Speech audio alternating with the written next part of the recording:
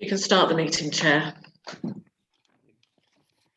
Good afternoon, everybody, and welcome to the Corporate Governance Committee meeting today. As the current chairman, I would like to begin with three health warnings that we're asked to give out before we start the meeting. And it goes as follows. I would like to begin by welcoming those members of the public and the press who are watching the live stream of this corporate governance meeting via YouTube. Due to government guidance on social distancing, this meeting is being held remotely in accordance with the provision set out in the local authorities and police and crime panels, flexibility of local authority and crime panel meetings, England and Wales, Regulations 2020 with Fen District Council virtual meeting protocol. A decision, summary and minutes of the meeting will be produced in the usual way, and a recording of the meeting will be available to view on YouTube. To enable the meeting to run in an orderly manner, I would ask members of the Corporate Governance Committee to keep their video cameras switched on for the duration of the meeting and keep their microphones muted except when I invite them to speak. Officers will introduce their reports in the usual way.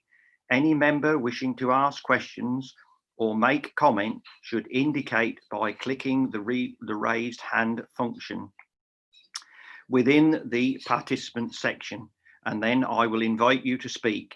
Please unmute your microphone and ask your question, and then mute again to allow the member officers to respond. As with all new arrangements, we may run into technical difficulties, and I would ask for your patience if this should occur, and I will either declare an adjournment while the fault is addressed, or we may postpone the meeting till a later date. Thank you very much. The first agenda item is to appoint a chairman for the municipal year, and I will hand over to Elaine to take that agenda item, please. Thank you, Chair. Can I have a nomination, please, for Chairman of the Corporate Governance Committee for the municipal year? Councillor Miss French. Thank you. I would like to nominate Councillor Clark, please.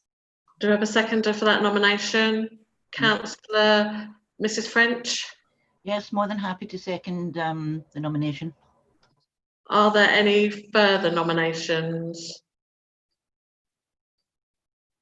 In the absence of any further nominations, Councillor John Clark is elected as Chairman of the Corporate Governance Committee for 2020-2021.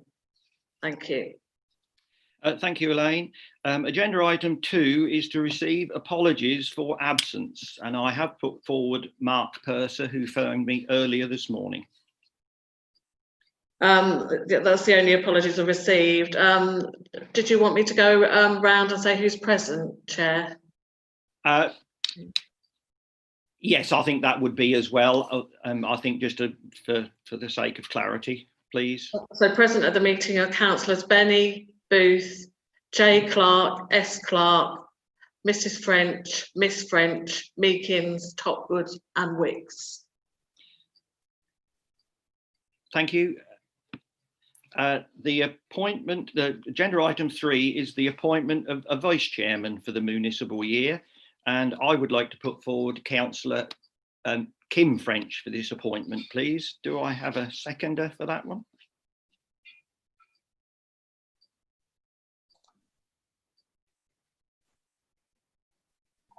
Councillor Benny. Thank you, Councillor Benny. Thank you. Are there any? That would give me great pleasure to second Kim French as the Deputy Vice Chair for the coming year. Thank you, Councillor Benny. Are there any other nominations for the Vice Chair? In the absence of any other nominations, thank you very much, Kim, for being my support for the coming year. Thank you for having me, John.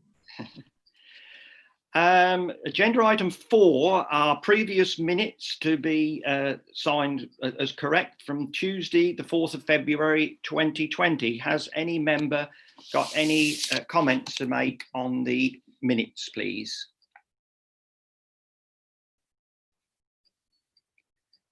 In the absence of no one raising a hand, I'll take them that we are approving those minutes and will sign those when I'm in Fenland Hall.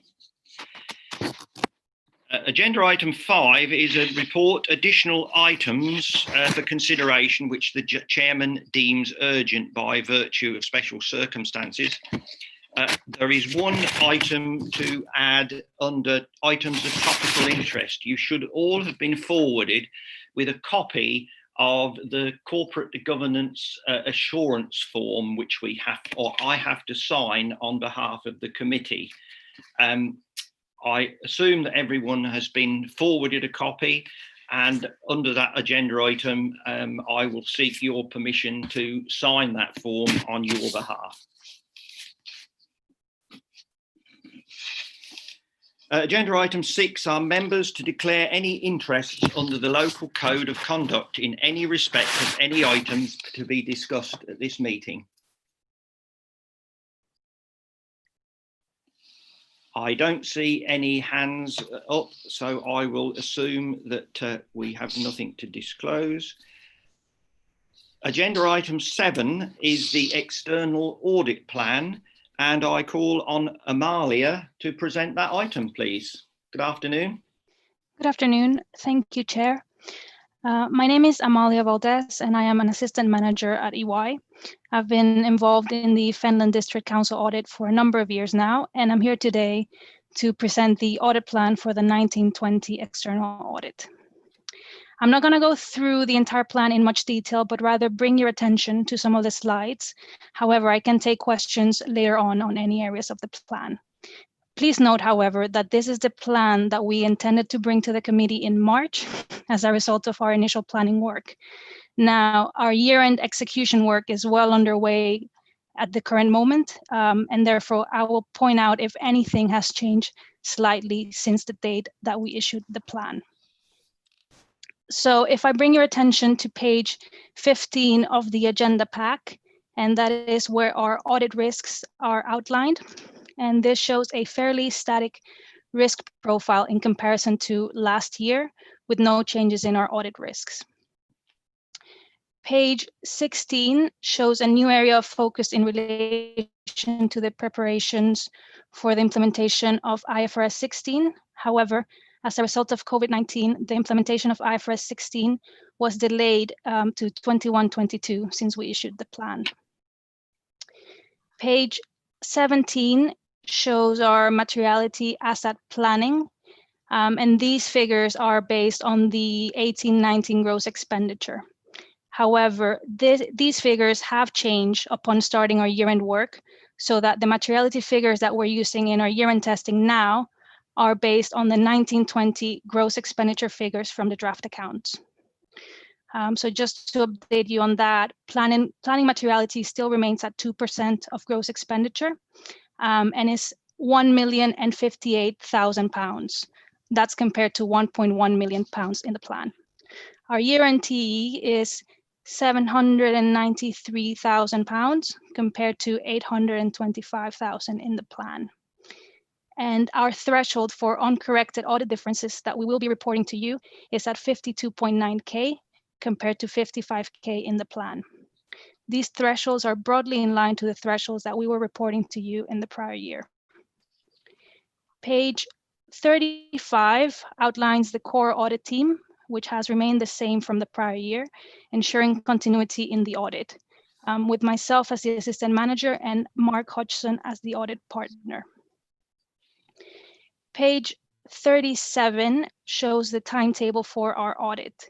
Although the timelines have changed slightly as a result of COVID, we kept our planned audit phase for the year-end audit, which, as I mentioned previously, is now well underway. We have made good progress in the audit thus far and are on track to finish our substantive work within the agreed phase. This is with the exception of some work around PPE evaluation and IS-19, given the impact of COVID-19 on these estimates.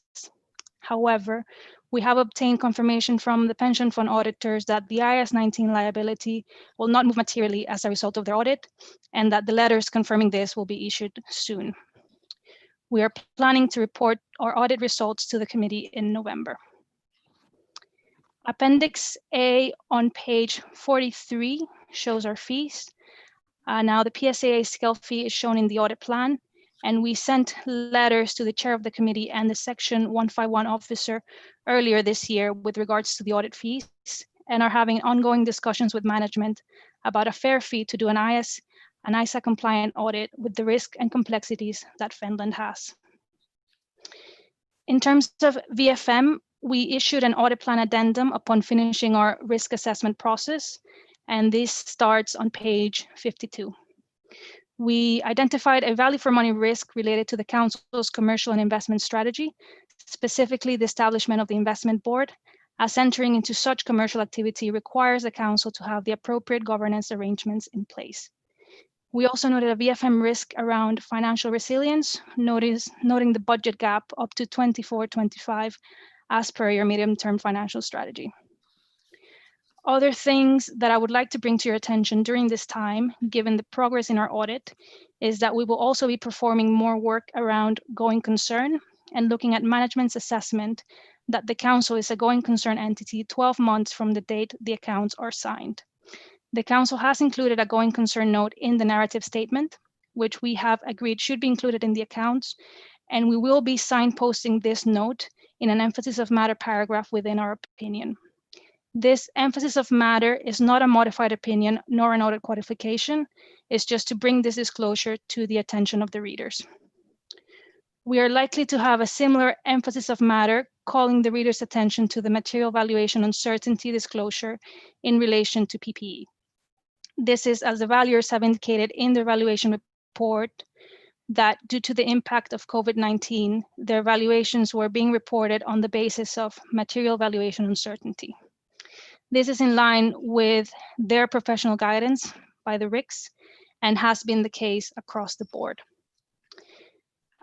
Those were the points that I wanted to highlight in relation to the audit plan and audit progress thus far. I am now open to take any further questions from the committee. Thank you. Thank you, Amalia. Right, that agenda item is open for discussion. If anyone would like to raise their hand to discuss any points, we will take it forward.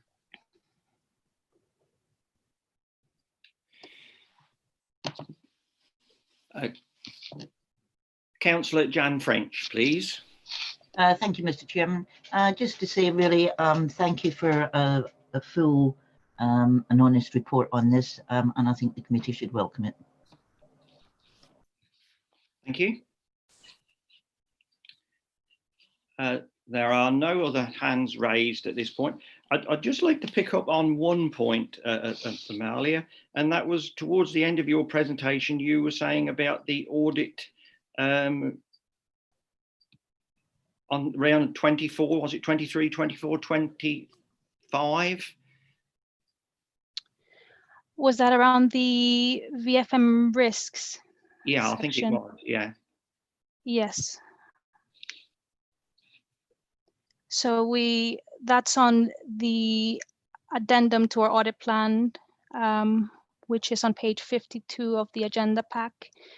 And that was just in relation to a value for money risk that we noted around financial resilience due to the budget gap up to 2024 and 2025, which is from your medium-term financial strategy. So as a committee, should we be concerned about this at this time, or is that just for noting at this stage? At this stage, it's for noting, and we will be performing further work around it, just to give our value for money opinion. This is not dissimilar to what we've done in prior years. Okay, Maria. Around value for money. Thank you very much indeed. I haven't got, I think we just accept this plan. I don't think we only need to note it. Am I correct in that, Elaine? Yes, that's correct, Chair. Right. Okay. Thank you very much, Amalia, for presenting that. Much appreciated. Thank you. Thank you, Chair.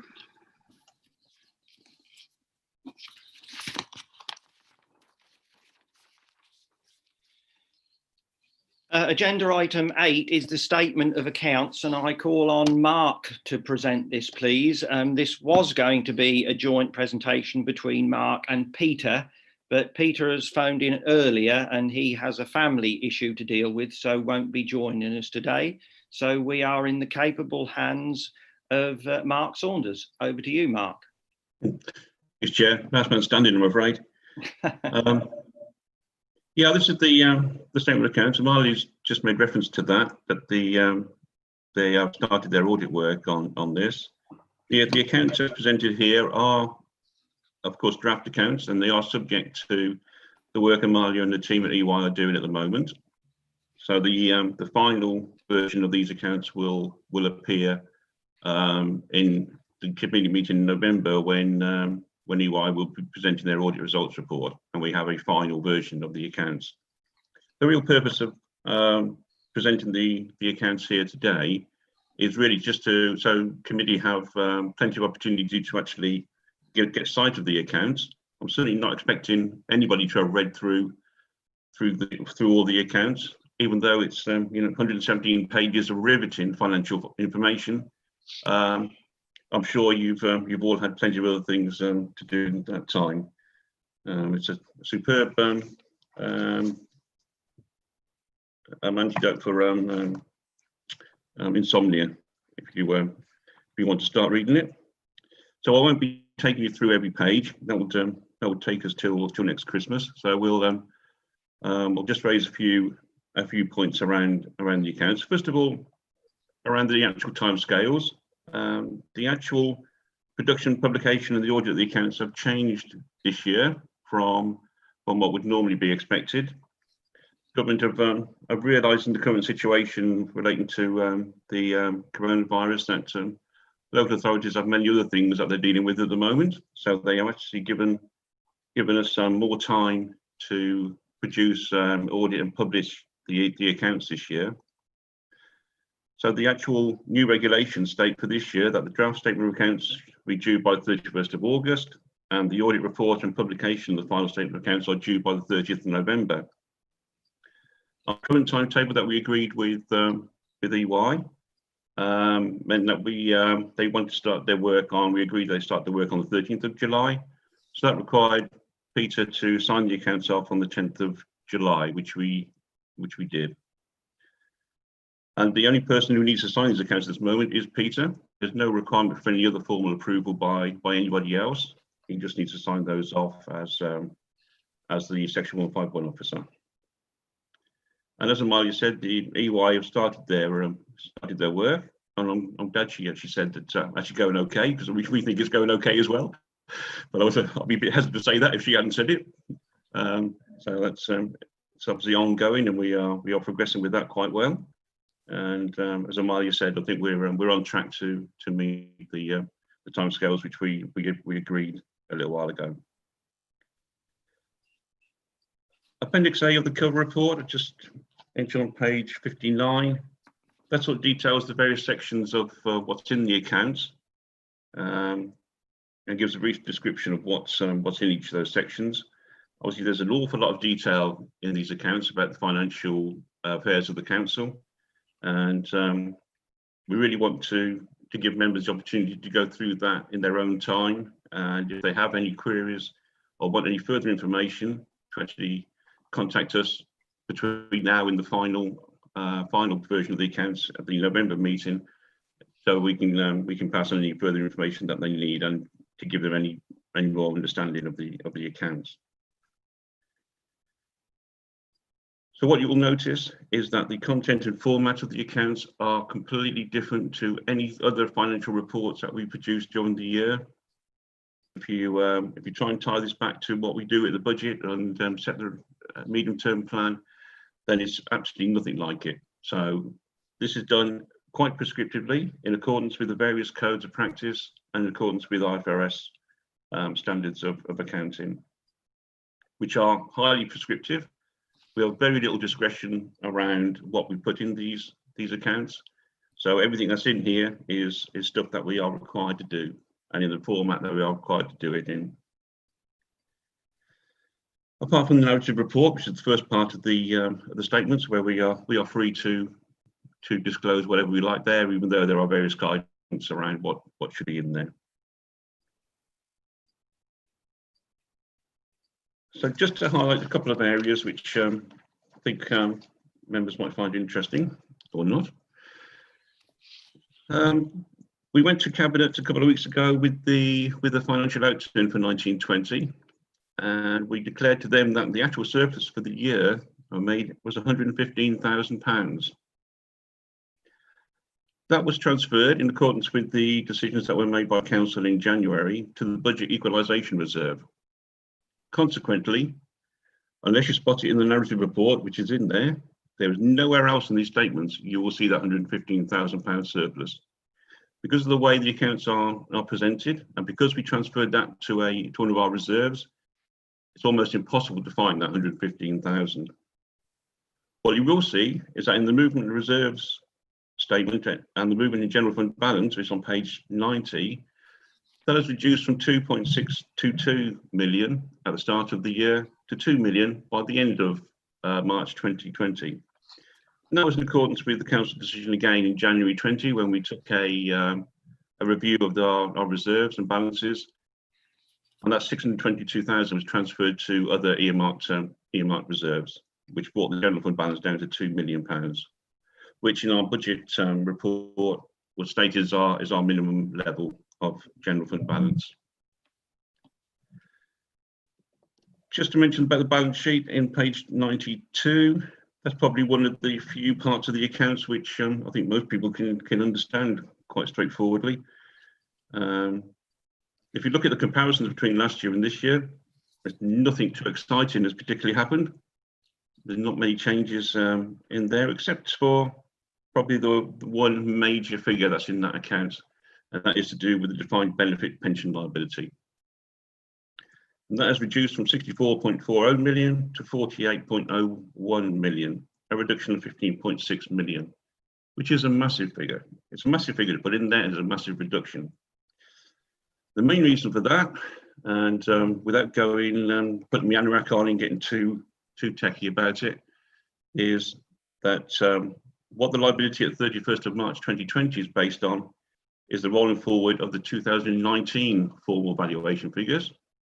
The liability at 31st of March 19 is based on the rolling forward of the 2016 formal valuation figures. So what's happened effectively, the figures have effectively been, they get recalibrated every 3 years as a result of the triennial valuation of the pension fund. And that can lead to significant remeasurement expenses, experience items. And that there was a big remeasurement experience item shown in the comprehensive income expenditure statement on page 91, which is around £19.54 million credit. So there tends to be quite big variations in the figures following the 3 yearly triennial valuation. And then for next year, then that figure will just get updated again and rolled forward until we get to the next triennial valuation. That's mainly because the actual actuary doesn't do the full revaluation exercise every year. He only updates certain parts of the valuation, which then leads to an imbalance between what they do every 3 years. But really, as far as we're concerned, in terms of our sort of revenue accounts and annual accounts and annual budgeting, is the results from the triennial valuation, because that determines how much we're going to pay in pension contributions for the next 3 years. So they will give us a percentage amount that we pay on everybody's salary, and also a lump sum deficit payment we have to pay each year. So that's determined every 3 years, and that's what really impacts on our revenue account and our medium-term financial plan. What the figures here illustrate, and what the triennial valuation figures, because that's in deficit as well. What that indicates is that there are obviously going to be some further adjustments to our pension contributions in future years to try and bring that down to back in balance. Although the actuary never calculates the contribution rates to make it 100% funded, because that's not really achievable, and we're not a a body which is likely to go anywhere in the near future. So they do spread the thing over a long period of time, so that the actual changes every 3 years tend to be quite minor at the moment. Quite what will happen after what's happened this year, of course, is another matter.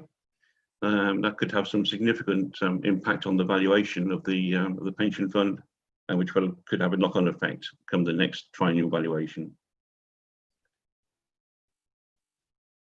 So the notes to the accounts, which are on pages 97 to 163, there are currently 40 of them in total. But as Amalia mentioned in her presentation, the data of the going concern will be moved from the narrative report into the notes section, and reference made to where it can be signposted to. And that's so that the actual going concern note can actually be part of the audit process, whereas the narrative report, the auditors tend to just make sure that things in there are consistent with what's in the statements, rather than being part of the audit process. And the final thing just to mention is about the collection fund and the notes, which are on pages 164 to 168. I just mentioned those because the figures of the collection fund, the deficits and the surpluses arising from that at the end of March 2020 show that the council tax was in surplus and the business rates were in deficit. Now, currently, what's going on with the collection rates, with the council tax and business rates, and the impact from the coronavirus, COVID-19 stuff, are likely to result in even bigger deficits on both those collection funds at the end of this year. Now, the impact that will have will be on future years when we have to repay that. Us and the major preceptors repay that deficit in the future years with a medium-term plan. So apart from that, Chairman, I've not got too much more else to say, really. I'm quite happy to take any questions members have at the moment, but just to re-emphasise that, obviously, I didn't expect all members to have read this document in detail. And if any member has any further questions or requires any further information, then please contact us and we can provide that information for them. Thank you, Chairman. Lovely, thanks, Mark. Very professional as always. Thank you. That agenda item is open for discussion. If any member would like to make any comments or ask any question, please raise your hand. There are no hands raised at the moment, Mark. As with the rates payments and what effect that could have on us and the pension, is there any way we can get projected figures, as you say, the £19 million for the pension, and then that has been transferred to a reserve account? Is there any feedback to say that we don't get hit with a bigger figure and we can prepare ourselves for that, or how does that work, please? We've had no real update from the pension fund relating to the impact of what's happened so far. I presume they'll want to assess that themselves with the actuaries and to see what potentially that could have, and whether there's not normally a requirement to change any contribution rates during that 3-year triennial valuation period, but obviously we want to make sure that we're in a situation where, come the 3-year triennial valuation, that we're not exposed to big increases in contribution rates and payments. So we'll be having those sort of discussions with the pension funds and the actuaries to make sure that we keep on top of that, Chairman. And also the rates collection or council tax collection, and you're saying we pay the other preceptors. Do we make any provisions for that, or do we just wait until those figures appear? What happens is the council tax at the moment, the collection rate is around about 4 to 5% lower than what we were expecting. So what that will do is actually result in a higher arrears figure at the end of the year. Now, the impact on the collection fund will be how much of that additional arrears that we make provision for. impairment provision for non-payment. And that's something that we will do. We start calculating now as we go through towards to the year end to see what potential impact that could have on the collection fund deficit at the end of the year. And the other thing which impacts on the collection fund deficit is the amount of council tax support claims that we're having. They've increased quite significantly so far. They've leveled out a bit at the moment, but we are expecting a bigger increase come October onwards when the furlough scheme ends, and all the experts in inverted commas are predicting a big rise in unemployment and consequently more council tax support claims. Obviously, the more council tax support that we award, the less council tax that we are collecting. So that will again impact on the collection fund deficit. The council tax slightly differently because of the council tax deficit at the year end. We only are liable for about 16% of that. Obviously, the biggest authority which will contribute towards that deficit is the county council, and obviously the police and fire also contribute to that in proportion to the debt precept.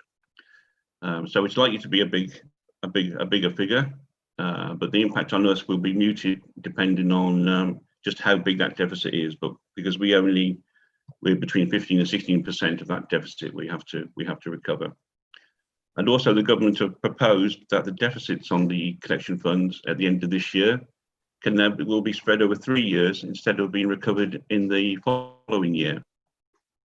So if it was a deficit of £1 million, and we're recovering 333,000 each year for 3 years. Quite how that's going to work in practice, they haven't quite figured out yet. So it's one of these things where they've announced a proposal and are still trying to work out the technical details behind it. So we await further guidance on that. But that's all that's doing is spreading the pain over 3 years instead of 1 year, which gives you a bit more flexibility. Particularly, obviously, the county council will be the biggest impact on that. The business rates are slightly different with the council tax because the business rates are there's numerous reasons why the amount of business rate we collect in the year will not be as much as what we thought. One of which is non-collection, but to be honest, at the moment during this year, taking account the additional reliefs that have been awarded for retail, hospitality and leisure reliefs, which the government will reimburse us for. Taking that into account, the actual amount of business rates we're collecting this year isn't far off what we would be expecting. So the business rate collection is okay. There are many other things though which will impact on that final position at the year end. We are still getting through a lot of changes by the VOA in valuations, which has resulted in us continuing to pay significant amount of refunds to businesses. There's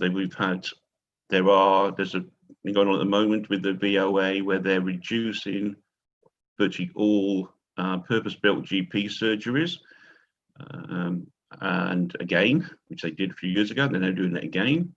And there's a thing coming out of the valuation tribunal whereby the all cash machines, ATMs, which used to be rated separately, are now all being taken out of the rating system.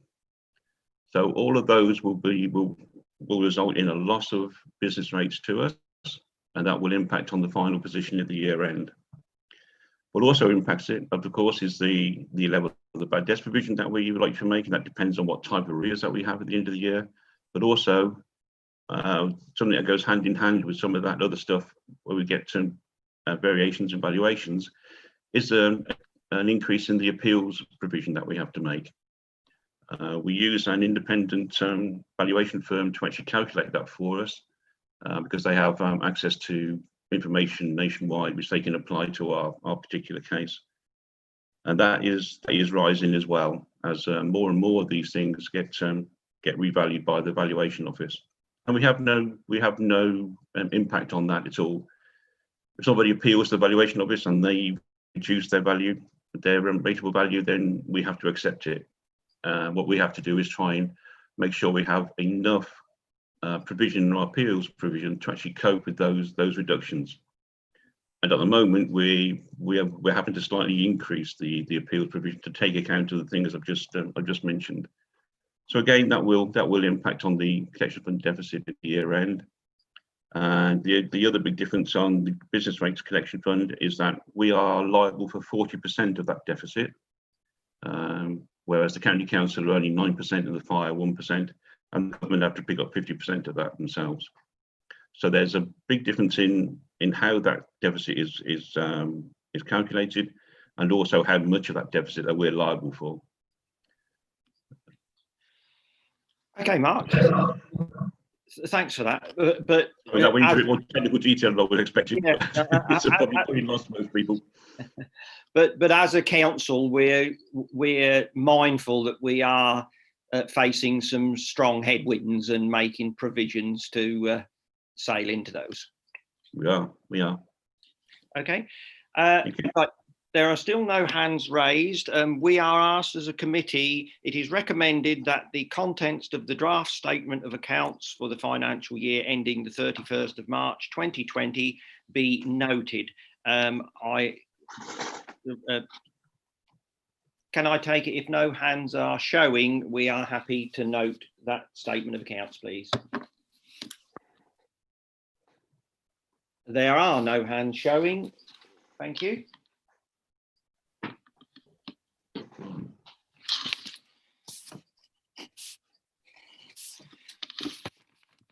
So agenda item 9 is the annual governance statement, and I once again call on Mark to present that item, please.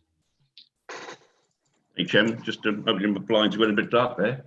It's very dark outside. Yes, Chairman, this is the annual governance statement, which is something we produce every year in conjunction with the statement of accounts. And there's also a statement which forms part of the audit process for the accounts for 1920. So Marley and the team will be looking at this in some detail, as and when we give them the copy, and they'll be checking through that. The statement produced sort of assesses the compliance of the council's actual governance arrangements with the themes within the local code of governance. This is obviously called the annual governance statement, and includes governance issues which arise in the year and an action plan to address those issues. So the one for 1920 obviously looks at all the position in the year in respect of governance and internal control, and again highlights any governance issues.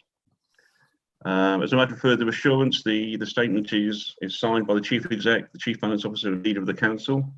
They haven't actually signed this one because this one is still in draft form, but they will sign the final version. And as we say, this accompanies the council's financial statements for the auditors to complete their work. Just to mention a couple of things with the actual statement. Unsurprisingly, there are various mentions of the impact of COVID-19 on the various governance and internal control issues, and there is a specific issue in relation to the COVID-19, which is obviously ongoing into this current financial year. And the one other thing is just to mention on page 188. No, not 188, is it? No, it's page 186, where Kathy, as the internal audit manager, will present the 1920 opinion on internal control to this committee at today's meeting as part of the internal audit outturn, which is the next item on the agenda. So once Kathy's done that and that's been approved, then we can include that their opinion into this annual governance statement, which will then can be sent off to the auditors. Thank you, Chairman. I think that's all I need to say. Right, so this agenda item is open for discussion. If anyone would like to raise their hands, please. And there are no hands raised. The recommendation for the committee is the committee considers the contents of the annual government statement and approves its content for inclusion in the council's published statements of accounts for 2019/20. Is the committee approves this? If anybody's against that, if they would raise their hands, please. And there are no hands raised, so we approve these annual government statements. Thank you, Mark.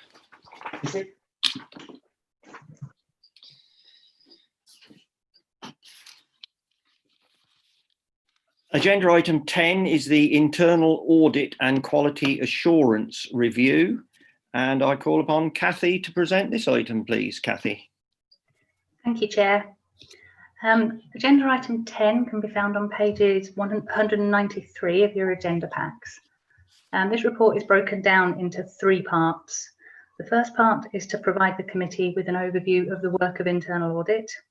The second part is to provide my internal audit manager's annual opinion on the systems of internal control, which will feed into the AGS, as Mark has already highlighted.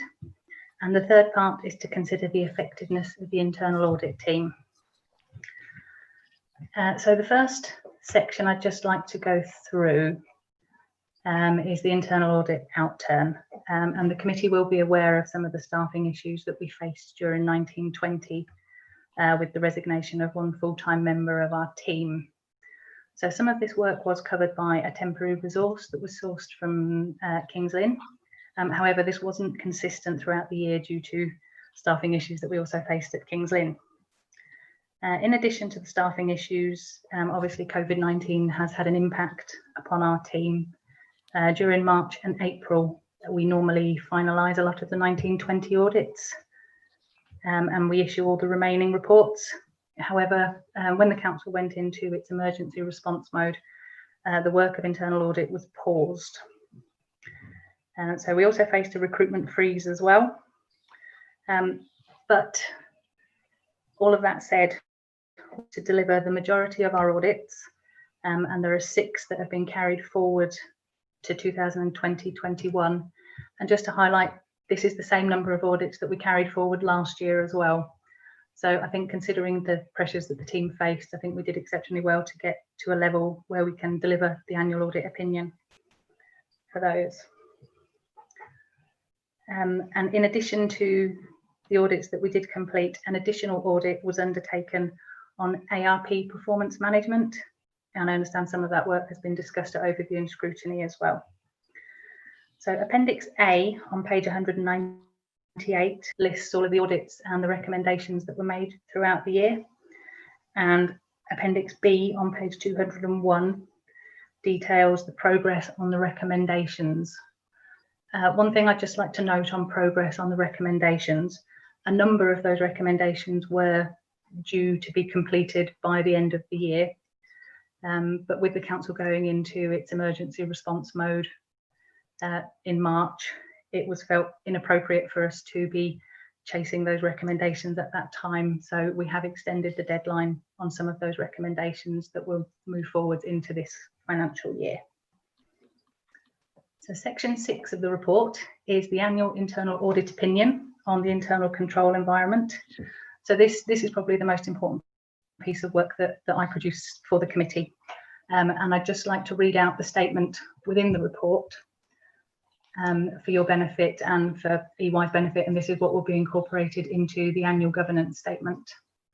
So based on the work that internal audit has performed, my opinion for the 2019-20 is that there is adequate assurance as to the adequacy and effectiveness of internal controls, the risk management and governance arrangements. It's considered that based on the work we completed during the year, that the key systems operate in a sound manner and there have been no fundamental breakdowns in control resulting in material discrepancy. I would just like to caveat though, my opinion can only provide reasonable and not absolute levels of assurance as to the adequacy and effectiveness of these systems. So the final section on this report I just want to go through is the review of effectiveness of internal audit. So this is a process to ensure that the internal audit team complies with the public sector internal audit standards and the local government application note that supports these standards. There are 2 methods that we apply to seek assurance on that. The first is the external assessment, which occurs every 5 years. And this was last completed in 2017. And we got the outstanding glowing reference of generally conforms. And in the intervening years, the corporate director completes an independent review, which a summary of which is provided at Appendix C on page 202. So the purpose, this has changed slightly from previous years as it incorporates the revised local government application note, but following the corporate director's review, all areas conform to the public sector internal audit standards.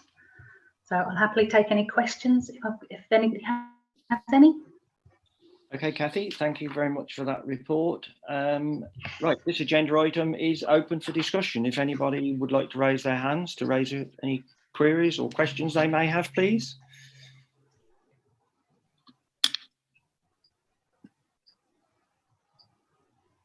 There are no hands raised. I have one comment to make, but I shall probably save that until agenda item 12. So the committee is recommended to note the outturn of the internal audit for 1920, which states all audits were complete as per the agreed internal plan and their associated assurance ratings. To note the internal auditor's manager's opinion on the adequacy of the internal control.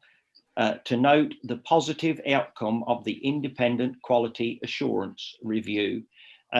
Would any member like to raise their hand? Over to you, Gavin.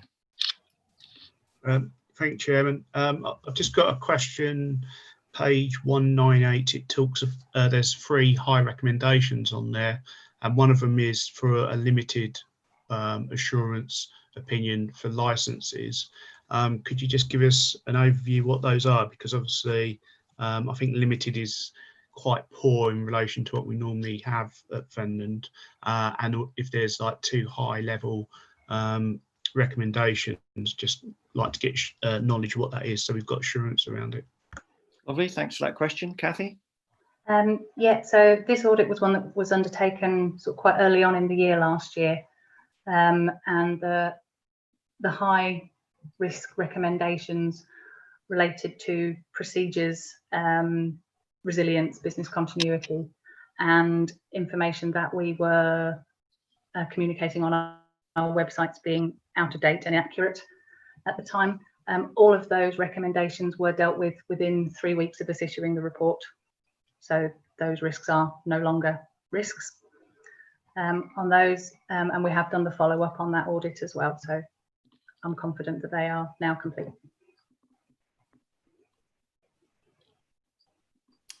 Okay, if that answers your question, Gavin. I've read the recommendations, so if no one raises their hand against those recommendations, we'll adopt those recommendations. And there are no hands raised, so thank you very much, Kathy, for that agenda item.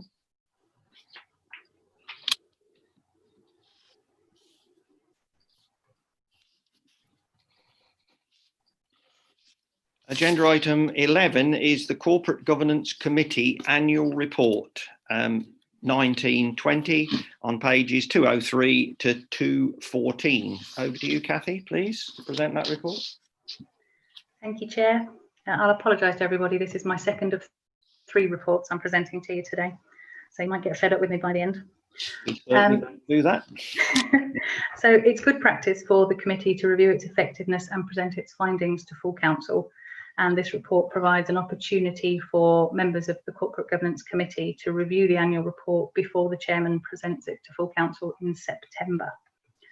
So this report details what corporate governance is, the responsibilities of the committee. It details the types of items that the committee considers and includes the work programme and outcomes. And I have also added in a new section on section 3.2, which details external events that have been attended by committee members. I've only got ones in there that the chairman has attended at the moment, so if anybody else has anything that they wish to include in that section before it goes to full council, if they can let me know so that we can include that area as well. So it also includes a self-assessment checklist. As you're aware, auditors love a self-assessment checklist, and SIPFA have provided us with a new checklist that is significantly shorter than the previous checklist. I think the previous checklist had 63 questions and this only has 25. So it's a little bit more readable and manageable to deal with. This is based on some guidance that CIPFA have produced. It's called Audit Committees, a Guide to Audit Committees, Practical Guidance for Local Authorities, and this is the 2018 edition.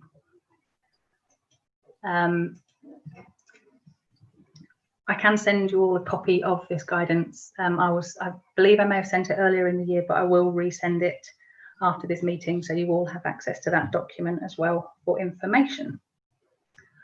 So generally speaking, the Corporate Governance Committee conforms to all areas of the checklist, but there are a few items that I'm just going to run through with the committee now. So question 3 and question 7 relate to the committee's terms of reference. Now, the committee's terms of reference are quite outdated and they do require a refresh, which I'm proposing in the actions here, and hope to bring back to the committee later this year. So the first one is do the terms of reference set out the purpose of the committee in accordance with CIPFA's position statement, considering CIPFA's position statement only came out 18 months ago and we haven't reviewed them since. It contains most of the information, but there are a few areas that are not included within that statement. So I think an update of our terms of reference would be a benefit for this area. And again, on question 7, there are certain areas that are not included within our terms of reference that I think we need to consider adding in, because even though the committee does consider these items, the terms of reference don't state those items. So the next area is question 12. This is around independent members, and it's asking if the committee has considered independent members. Just a little bit of background on independent members of Audit Committee.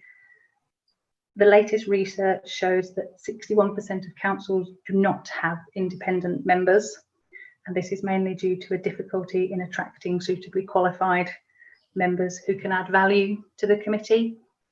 What I'm proposing is, when I've just run through these last couple of points, that perhaps we might want to have a discussion about it, and then we can amend this from a partially to a yes, we have considered it, depending on the outcome of that approach. And the final part is question 23 and 24. Has the committee evaluated whether and how it is adding value to the organisation, and does the committee have an action plan to improve any areas of weakness? So this is something that we don't consider in our annual report, but I don't see any reason why we can't change that moving forward for future years, and potentially including an action plan on that. I mean, I've put no, we don't have an action plan, but that's because we don't consider it at the moment. So again, just a couple of items that I think I'd like to throw open to the committee for debate before Councillor Clark takes this to full council. Thank you. Thank you, Cathy. Though that agenda item is open for discussion. Any question, members?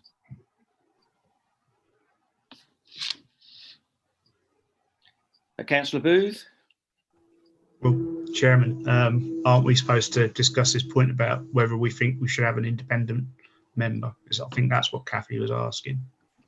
That's correct, and that's the reason that we're now talking about it. So, I mean, I understand that obviously councils might struggle to attract people to undertake that role, but that doesn't mean to say we shouldn't maybe consider it and advertise it. I know we've obviously managed to advertise in the past for people to be on like I think it's the remuneration reviews and stuff like that, and we've managed to recruit people to do that. So I think it's something we should give serious consideration to. I think it will strengthen the governance arrangements and give us an outside view, because sometimes you can get buried in the detail, whereas someone from an external perspective could give us a fresh pair of eyes to look at things. Lovely, thanks for that, Gavin. Has any other member any comments? Councillor Benny? Yeah, thank you, Chair. Yeah, but I think having an outside person appointed would be good if it brings real value. I can see where it probably has a little bit of transparency to it, but if we could find somebody who's suitably qualified, and you would need somebody who would know what they were doing, I personally wouldn't have a problem with that at all. I think that would be quite a good thing, but it would need the right person. Just to have somebody there just to sign a box serves no purpose to it. It's got to be someone who can actually understand what they're looking at. Thank you, Councillor Benny. If there's no other members wish to speak, on the section 12, I think Kathy did say that there are only 4% of other councils that have an independent person. So we're not really out of kilter by not having one. And from a chairman's point of view, I look down the list of members, and if I miss anyone's qualifications off, I'll apologise. But we look at Councillor Benny, who's been a businessman and a successful businessman in Chatras. We've got Councillor French, who was a successful business lady in town. Councillor Clark is in agriculture. So I think we have got, and not to forget Councillor Booth, who has been in the financial markets and has got a good understanding of this committee. I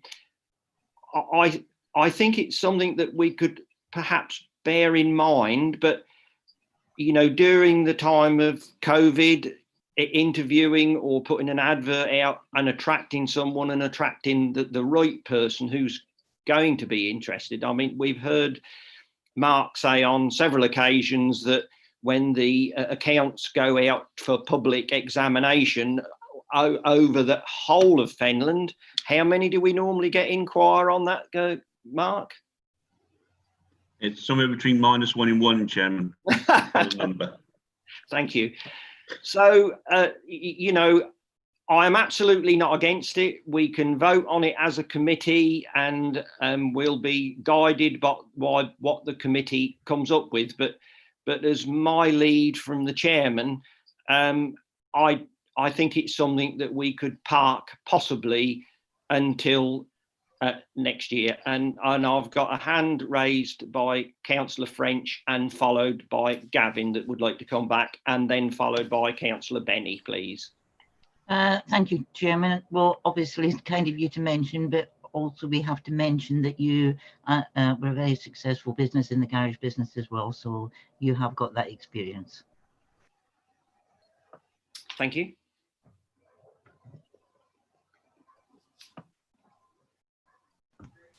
Councillor Benny? I believe Councillor Booth was before me, Chair. Well, Councillor Booth had spoken once, so, and well, you had as well. So, but we'll go with Councillor Booth then, if just to be correct. Thank you for that, Councillor Booth. Thanks, Chairman. Yeah, I think just picking up on the point around, you know, is it a priority now? Yes, you're probably right. I think to overcome any issues about, you know, which individual to look for, we could do like a person specification, sort of saying these are the skills and or qualifications, which would help. I think, you know, with that process. But yeah, I agree with your comments. It's probably not the most urgent action for us to do, but I think it's something that if the you know, if it's part of the sort of guidance and recommendations, although other councils might not be doing it, you know, I think Fenland is one that likes to be forward looking and at the, you know, at the front of these types of things. So I think it's worth exploring, but maybe we just need to give it a bit more thought about how we'd go about doing it in a sort of productive manner. Lovely, thanks for that, Gavin. Councillor Benny? Yeah. It comes back to my point that it's having the right person. If we're just going to have somebody who's going to come and look at this and just skim through it and not really pick the detail out and just sign it off, if it's not going to have purpose, there's no purpose, no point in having it in the first place. I do agree with also yourself, Councillor Clark, that you know, with everything going on at the moment, I think the workload, we've got enough going on at Fenland. Maybe if we, as you say, park it for a year, it wouldn't do any harm. I've got no objection to having an outside person coming in and inspecting. And in principle, I think it's a good idea, but it's got to be the right person. If you're just going to have somebody come along and tick a box and sort of date and sign a form, that really serves no purpose. And there has to be a purpose to these things, not just a formality to go through to tick a box to say that we've done something. I don't think that's good enough. So if there is real purpose and need for this, or if somebody is suitably qualified to do it, I would say yes. But I do agree with you. Park it for 12 months, and we'll look at it again in 12 months. So we have considered it. Thank you. Councillor Wicks. As part of the process, I think we as a committee have got to profile the person we want. Even if we get sufficient applications, then we've still got a screening process. And if nobody actually fits the profile, why are we taking this forward? Right. Okay. Thank you, Councillor Wicks. Well, as the chairman, to try and address everyone's concerns, shall we park this until next year, when the COVID will hopefully be under more control and make the process easier if we did decide to look for an outside person? But rather than charging it today, we park it and reconsider it when the country's got a little bit boss of this COVID-19. Would members go along with that? There are no hands raised apart from Councillor Booth's. Councillor Booth? Chairman, yeah, I'd be happy with that. I think that brings us on to the other point that Kathy raised, was about having an action plan or action log. Yeah. This could be the first item to go onto it. I think it'd probably make good practice to actually have something like that in place, just so we can make sure that things that we've raised as areas of concern or focus, that we can sort of track those through. So yeah, I'd be happy with that. And I think it just brings us on to maybe the second point that Kathy asked us to consider. Yeah, that's a good point. Okay, Gavin. So with the comments that Gavin has just made, are we happy to deal with item 12 in that manner? Yeah. Right, I'll take that as read then, Kathy, if you could note that, please. My other concern is item 24 on this, or section 24. Does the committee have an action plan to improve any areas of weakness? I don't really like to see that as a no. It makes us look just a little bit too cunning when everybody thinks that we have no weaknesses when we could well have. I know I went away on a course at the LGA last year along with Kathy, and there was one presentation we had that we did look into having. I don't know whether Kathy could comment on that, and at least we could then probably have that as partial, you know, in that box rather than a no. Would anyone have any comments on that, please? I've got your hand up, Gavin. Oh, it's just gone off, beg your pardon. Gavin, you're back again. Yeah, sorry, I was preempting you. Yeah, I think, well, just following up on what I just said, I think an action plan would be good. I think it's it sort of addresses this point about having an independent person. We can put that on there, and I think there are other areas where we can sort of highlight, particularly where we've got other partials on the report. We can actually look into those areas and see if there's anything further we need to do as a committee. So I think it would make sense, Chair. Right, okay, thank you. Well, with Gavin's comments, which I don't disagree with, has any other person got any comments to make on that, please? With no comments, further comments, then if you could make a note of those two items, please, Kathy. And the recommendation set on page 204 is it is recommended that the committee agree the Corporate Governance Committee annual report for 2019 and 20 to be forwarded to the full council. If no one raises their hands, I will take it that you're in agreement for it to go to full council. No one has raised their hands. Thank you, members.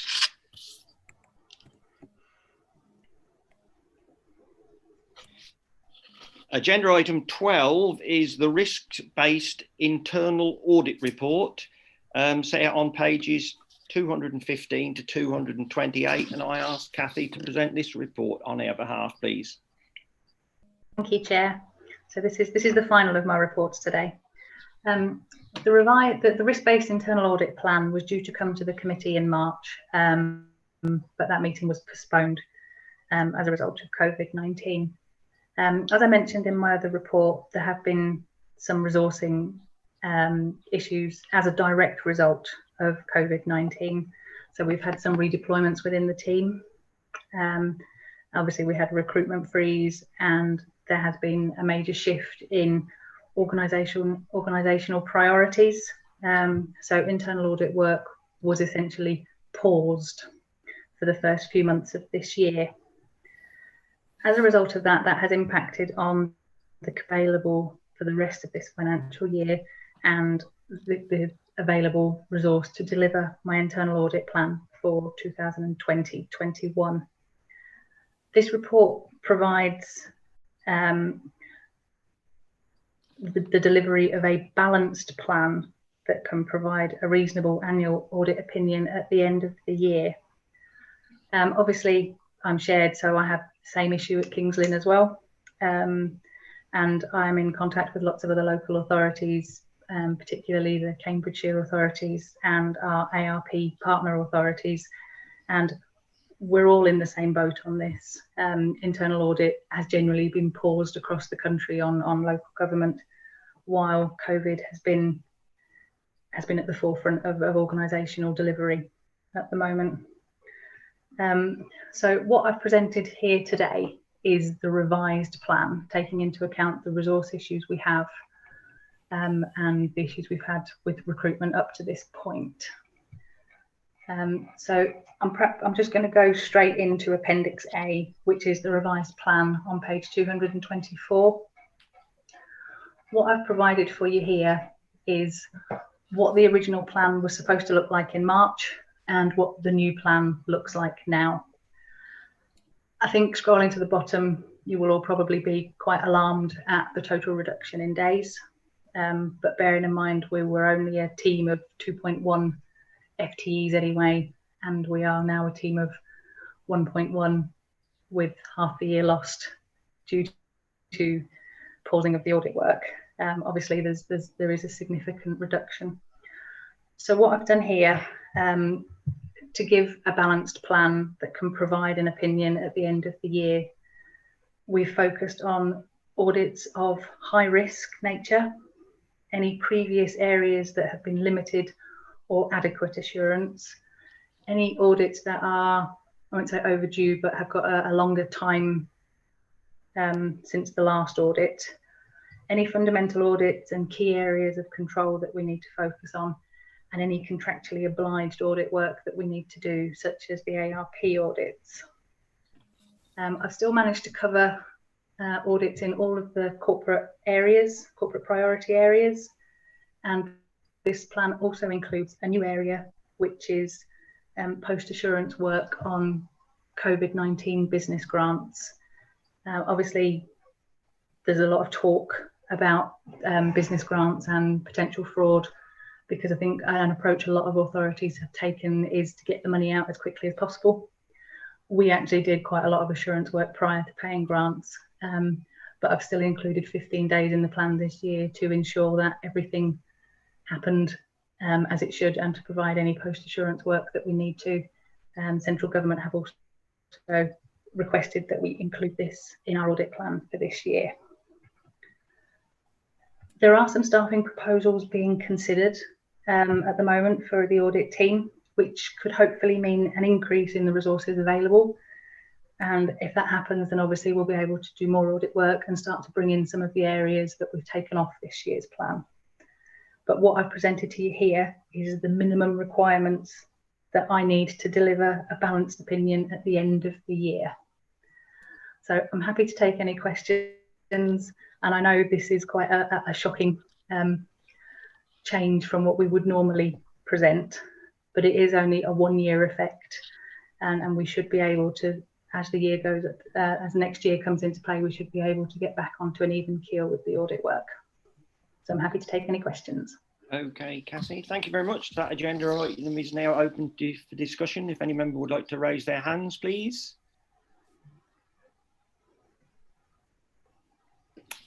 There are no hands. Councillor Topgood. Oh, Councillor Booth. Thank you, Chairman. I mean, obviously it is concerning what Kathy's sort of presented to us.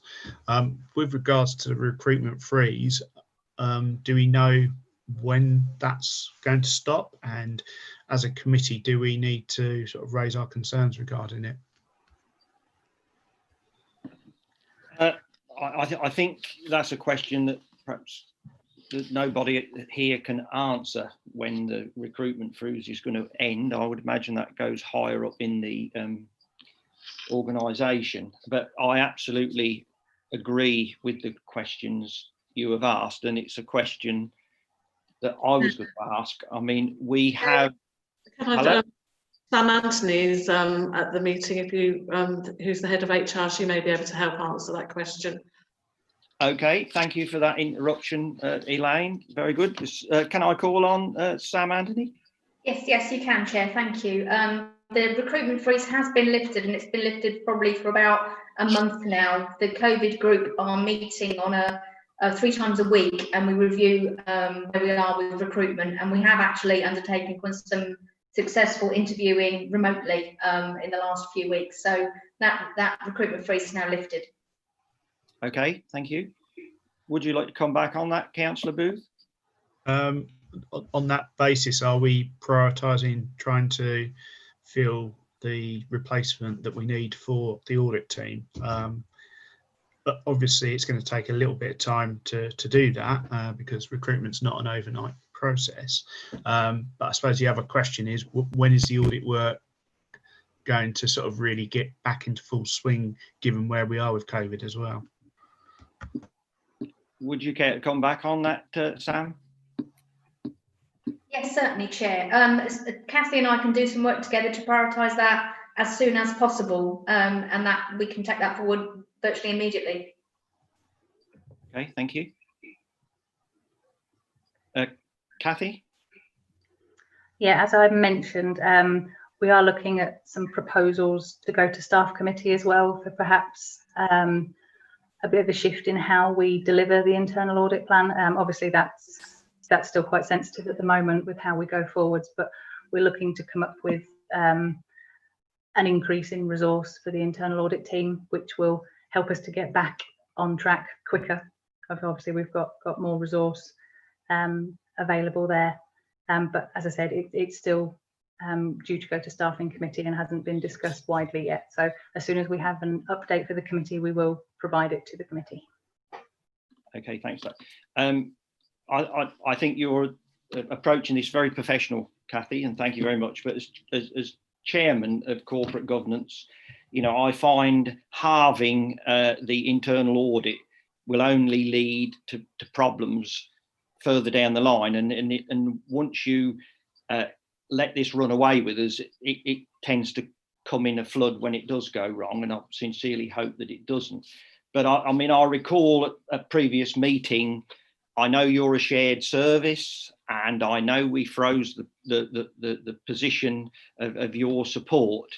I don't want to go into what we talked about on that, but I think it's quite urgent that is addressed to support your position and to support us as a committee, so as we can get back to full power as soon as we possibly can. So if you can take that on board, please, Sam, I would appreciate that. And if Joe's taking the notes, if she could make a point in the minutes that we are concerned that how far we're dropping behind on this, and it's a matter of some urgency that we get back to full power on Kathy's team.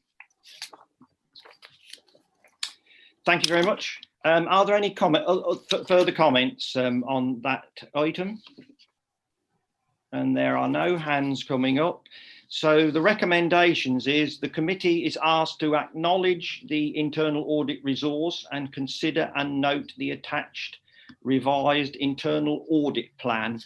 And I think that needs to be coupled with my comments on behalf of the committee, so we have a balanced approach, that we are, acknowledge this report, but we do have our concerns and strongly ask for something to be done to the resource to put it right. Thank you very much, members.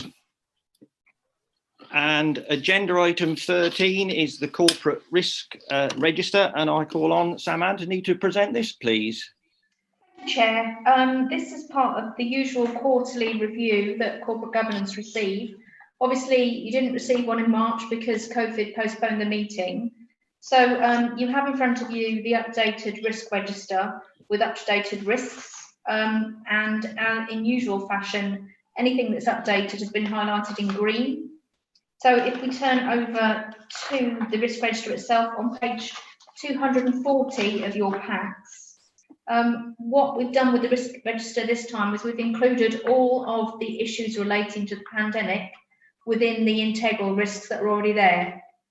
And I think it's tantamount to the fact that the council's risk strategy has worked very effectively, that we haven't needed to create another risk for COVID or for a pandemic, because we've managed it within the existing risks. So on page 240, on the reference 9, the update is implementation of management response group and regular conference call and action planning. As I recently alluded to in the previous agenda item, we were having daily conference calls to manage the impact and our response to COVID. That's now 3 times a week and continues to meet.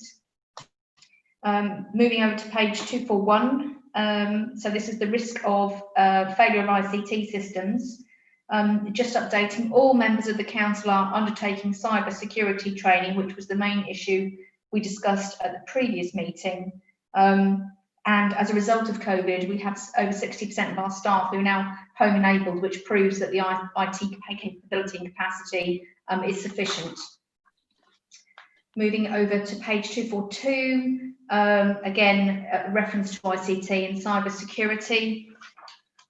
And then on to 244, the impact of the pandemic on our contractors. In particular, there's reference to leisure, freedom leisure, because obviously they've had a profound impact on the leisure industry and how they've conducted themselves. But all contractors have been reviewed in terms of their business continuity, so ARP, our payroll provider, Tivoli and Freedom, to make sure that they are updating their own business continuity to maintain service delivery for us. Moving on to page 245, major health and safety incidents. There's been an awful lot of work done around this in terms of the risk assessments for all of our sites to make sure they're all COVID safe. And they are all in place now, and our shops are now open again, if only for appointments only, to minimise the members of the public that could come in to make sure they're COVID safe. Moving over to page 246 in your packs, service provision affected by organisational change. Again, an update here that all the business continuity plans for all services have been updated since March in light of COVID, so to ensure that the business continuity arrangements are sufficient and all services have been continued to be delivered throughout this period.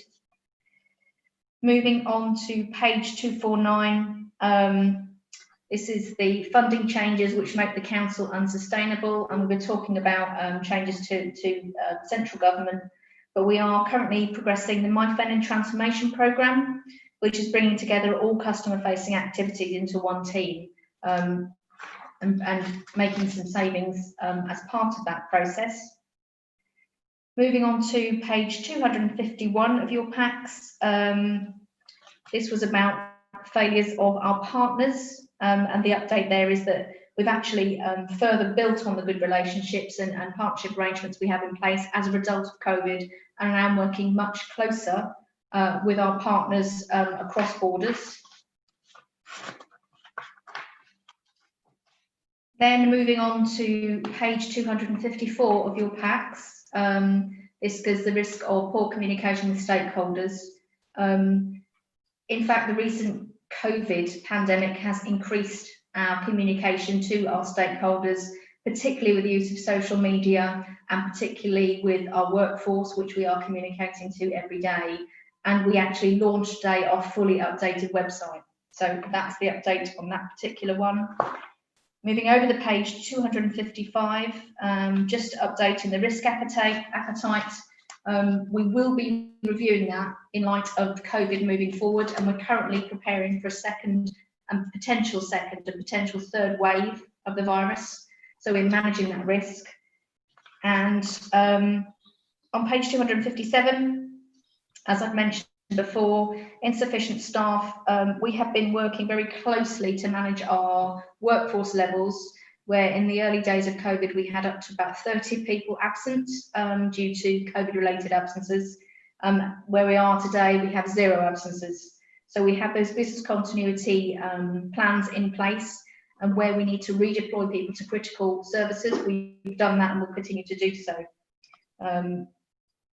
And we're currently undertaking a mapping exercise of all key processes to automate and e-enable where possible to make sure that we maintain that service delivery. Moving on to page 258 of your packs. This is about lack of access to council premises, which was a significant risk, but actually has been reviewed in light of COVID, because obviously our customers can't access our buildings and staff have been redeployed to work from home based on government advice. So we've continued to manage that risk, and we'll continue to do that in light of a potential second or third wave of the virus. And the last change is just a very short one. It's just about projects being sponsored by a member of CMT. So this was the risk of overrunning on major council projects. And that's a whistle-stop tour through the updated risk assessment. And I'm happy to take any questions, Chair, on the updated strategy. Lovely, thanks for that, Sam. Right, members, that's open for discussion. If anyone would like to raise their hands, Councillor Wicks. My question relates to the period from start of lockdown to your report here. How many alterations to the actual mitigation that you had in place at March have you had to adapt and move forward?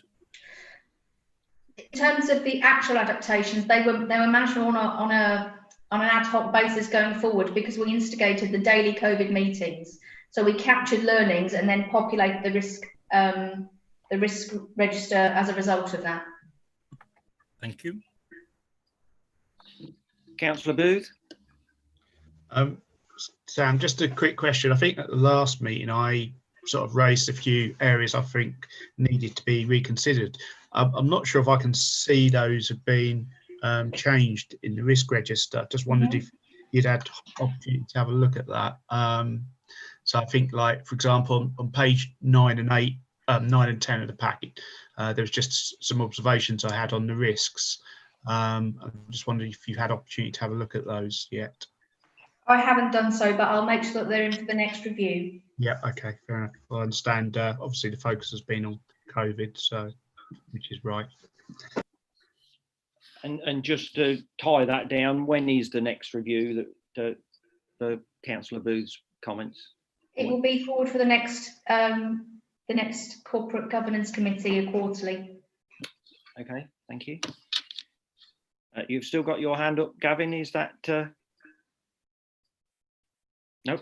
Okay. If there are no other comments, the latest corporate risk register is agreed as attached to Appendix A to this report. If any members would like to raise their hands if they have got anything against this report, please. And there are no hands raised, so we agree this report. Thank you.